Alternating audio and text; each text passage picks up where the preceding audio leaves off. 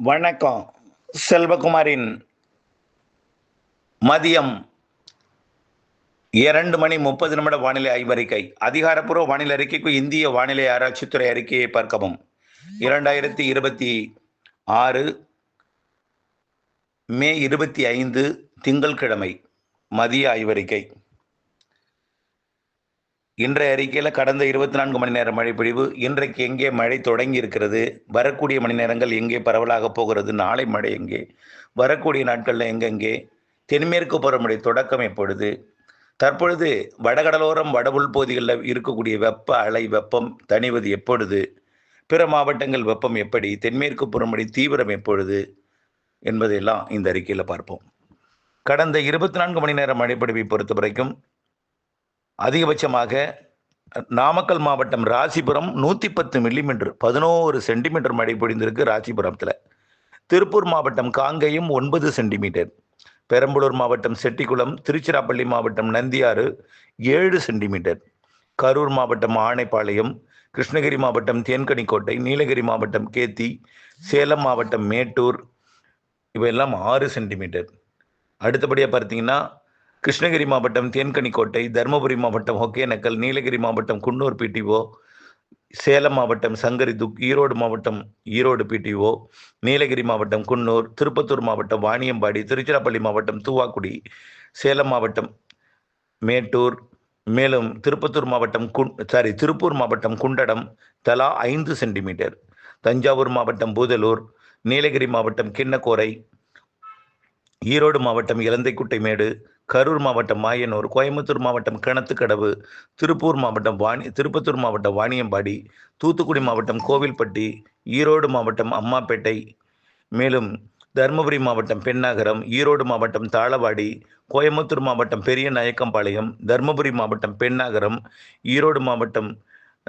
கோயம்புத்தூர் மாவட்டம் பெரிய நாயக்கம்பாளையம் தலா 4 சென்டிமீட்டர், சேலம் மாவட்டம் ஏத்தாப்பூர், திருப்பூர் மாவட்டம் வட்டமலை நீர்த்தேக்கம், வெம்பக்கோட்டை, விருதுநகர் மாவட்டம், திருப்பூர் மாவட்டம் பல்லடம், திருப்பூர் மாவட்டம் தாராபுரம், கிருஷ்ணகிரி மாவட்டம் தளி, ஈரோடு மாவட்டம் சென்னிமலை, நாமக்கல் மாவட்டம் மோகனூர், திருப்பூர் மாவட்டம் திருப்பூர் தெற்கு, சேலம் மாவட்டம் சந்தியூர், மதுரை மாவட்டம் சாத்தியாறு, திருச்சிராப்பள்ளி மாவட்டம் புள்ளம்பாடி, கோயம்புத்தூர் மாவட்டம் சோலையாறு, கரூர் மாவட்டம் கரூர் பரமத்தி, பெரம்பலூர் மாவட்டம் செட்டிக்குளம், திருப்பூர் மாவட்ட ஆட்சித்தலைவர் அலுவலகம், திருப்பூர் மாவட்டம் உப்பார் அணைக்கட்டு பகுதி, கரூர் மாவட்டம் கிருஷ்ணராயபுரம், திருப்பூர் மாவட்டம் திருப்பூர் பிடபிள்யூஓ, திருச்சிராப்பள்ளி மாவட்டம் கொப்பம்பட்டி, சிவகங்கை மாவட்டம் சிங்கம்புணரி, திருப்பூர் மாவட்டம் திருப்பூர் வடக்கு, மேலும் நாமக்கல் மாவட்டம் திருச்செங்கோடு, ஈரோடு மாவட்டம் கோபிச்செட்டிப்பாளையம், நாமக்கல் மாவட்டம் எருமப்பட்டி, கோயம்புத்தூர் மாவட்டம் உப்பசி தலா 3 சென்டிமீட்டர். இன்னும் 2 சென்டிமீட்டர் நிறைய இடங்கள் இருக்கு.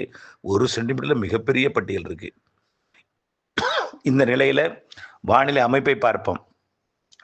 வடக்கு ஆந்திரா, ஒடிசா இடைப்பட்ட பகுதியில் நீடித்துக் கொண்டிருக்கூடிய அந்த காற்று சுழற்சி தொடர்ந்து வடமேற்கு வடக்கு காற்றை வடகடலோர மாவட்டங்களின் ஆந்திர எல்லையோரம் வழியாக வடகடலோரம் கடலில் இறங்கும் வகையில் பயணிக்கிறது.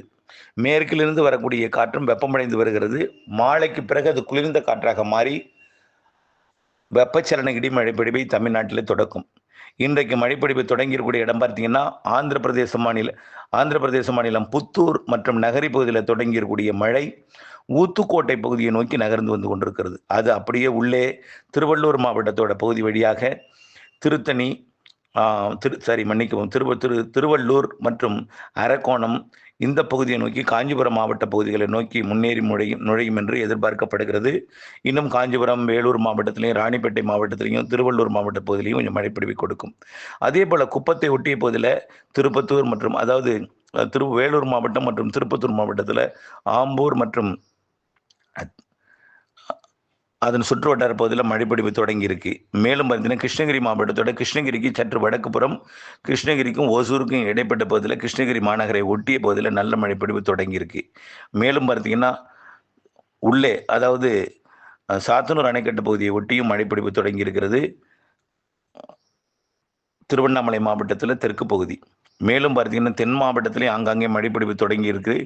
உசிலம்பட்டிக்கும் தேனிக்கும் இடைப்பட்ட பகுதியில் மழை தொடங்கியிருக்கு. மேலும் வருசநாடு பகுதியில் மழை தொடங்கியிருக்கு. இன்றைக்கு மேலும் எங்கெங்கெல்லாம் மழைப்பொழிவு தொடங்கும் என்பதை பார்ப்போம். இன்றைக்கும் இந்த மழைப்பொழிவு மேற்கு நோக்கி தான் முன்னேறும் போல் தெரிகிறது. இன்றைக்கும் இந்த மைசூரு, ஈரோடு இடைப்பட்ட பகுதி, அதாவது கர்நாடக எல்லையோர பகுதிகளுக்கு தான் வலுவான மழைப்பொழிவை கொடுக்கும்னு எதிர்பார்க்கப்படுகிறது. சென்னைக்கும் கொடுக்கலாம். ஆனால் கொடுத்தால் முன்னிரவு அல்லது மாலையிலே கொடுத்துரும். அதற்கு பிறகு பெரிய அளவிலே முன்னேறாது. காஞ்சிபுரம் மாவட்டத்துக்குள்ள முன்னேறி வரக்கூடிய இந்த மழை அப்படியே வேலூர், திருப்பத்தூர் மாவட்டத்தோட பகுதி, திருவண்ணாமலை மாவட்ட பகுதிக்கும், பிறகு கிருஷ்ணகிரி, தருமபுரி, சேலம், நாமக்கல் மாவட்ட பகுதிகளுக்கும், ஈரோடு மாவட்டத்தில் பரவலாக கனமழையும், சேலம் மாவட்டம் மேட்டூர், கொளத்தூர் பகுதிக்கு கனமழை பொழிவையும், தருமபுரி, கிருஷ்ணகிரி மாவட்டத்தோட மேற்கு பகுதி தேன்கனிக்கோட்டை, அஞ்சட்டி மற்றும் அப்படியே பார்த்தீங்கன்னா ஓசூருக்கு தெற்கே இருக்கக்கூடிய பகுதிகள் எல்லாமே, அதாவது கர்நாடக எல்லையோர பகுதிகளுக்கு கனமழை பொழிவை கொடுத்து கர்நாடக பகுதிக்கும் மிக கனமழை பொழிவை கொடுக்கலாம். கொள்ளைகால், மைசூர், குண்டுலுப்பேட்டை மற்றும் அந்த கர்நாடக ஈரோடு மாவட்ட எல்லையோரம், கர்நாடக நீலகிரி மாவட்ட எல்லையோரம், கர்நாடகா மற்றும் கிருஷ்ணகிரி, தருமபுரி மாவட்ட எல்லையோரம், சேலம் மாவட்ட மேட்டூரை ஒட்டிய பகுதிகளுக்கெல்லாம் இன்றைக்கு மாலையில் கனமழை பொழிவு தெரிகிறது. அதற்கு பிறகு இந்த மழைப்பொழிவு தமிழ்நாட்டின் மேற்கு தொடர்ச்சி மலைப்பகுதிகளுக்கு ஒரு சில இடங்களில் கொடுக்கும். கோயம்புத்தூர் வடக்கு, நீலகிரிக்கு தெரியுது. தென் மாவட்டங்களில் ஒரு சில இடங்களை கொடுக்கும். நாளைக்கு 26ஆம் தேதி இதுபோல் மழைப்பொழிவு தொடங்கும். நாளைக்கும் கர்நாடக எல்லையோரம், கேரள ஆந்திர எல்லையோர மாவட்டங்களுக்கு கொடுக்கும். தென் மாவட்டங்களுக்கு இன்னும் கொஞ்சம் கூடுதல் பரப்பில் தெரியுது. இன்றைக்கே தென் மாவட்டங்களில் கொஞ்சம் கூடுதல் பரப்பு தெரிந்தாலும் நாளைக்கும் கொஞ்சம் தெரியுது.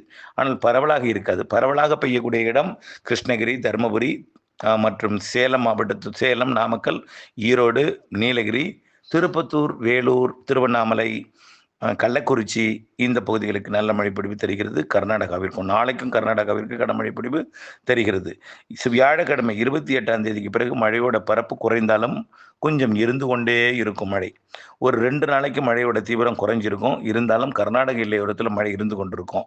வெப்பத்தை பொறுத்த வரைக்கும் இந்த 2 நாள் மழைப்பொழிவு குறைகிற காரணத்தினால கொஞ்சம் வெப்பம் உயர்ந்து காணப்படும் ஆந்திர எல்லையோர மாவட்டங்களில், சென்னைக்கும். நல்லா புரிஞ்சுக்குங்க. இந்த மாத இறுதி 31ஆம் தேதி வரை கொஞ்சம் வெப்பம் இருந்தாலும் 28ஆம் தேதிக்கு அப்புறம் கொஞ்சம் வெப்பம் குறையும். பிறகு 31ஆம் தேதிக்கு பிறகு இன்னும் கொஞ்சம் வெப்பம் குறையும். முழுமையான வெப்பம் விலகல் என்பது 3ஆம் தேதி தான் விலகும். 3ஆம் தேதி தான் வங்கக்கடல்ல, அதாவது மியான்மர் பகுதியிலிருந்து தென்சீன கடற்பகுதி, மற்றும் தாய்லாந்து வளைகுடாவிற்கு வடக்கு பகுதியில் இருக்கக்கூடிய நாடுகள் வழியாக அப்படியே மியான்மர் வழியாக வங்கக்கடல் வந்து இறங்கக்கூடிய தீவிர தாழ்வு பகுதி, காற்றழுத்த தாழ்வு மண்டலம் புயல் வரைக்கும் கூட தீவிரமடைந்து மேற்கு வங்கம் மற்றும் வங்கதேசம் இடைப்பட்ட பகுதி வழியாக வடகிழக்கு மாநிலங்கள் நோக்கி நகரப்போகுது. அது நகர்ந்த பிறகுதான் கொஞ்சம் வெப்பம் குறையும். காரணம் என்னன்னா, காற்றை திசை மாற்றி வைத்திருக்கும். வடமேற்கு காற்று தமிழ்நாடு வழியாக தான் பயணிக்க போகுது வங்கக்கடலுக்கு. இந்த வடமேற்கு காற்று வரும் வரைக்கும் கொஞ்சம் வெப்பம் வேலூர், திருப்பத்தூர், திருவள்ளூர் மற்றும் காஞ்சிபுரம் மாவட்டத்தில் கொஞ்சம் வெப்பம் அதிகமாக இருக்கும்.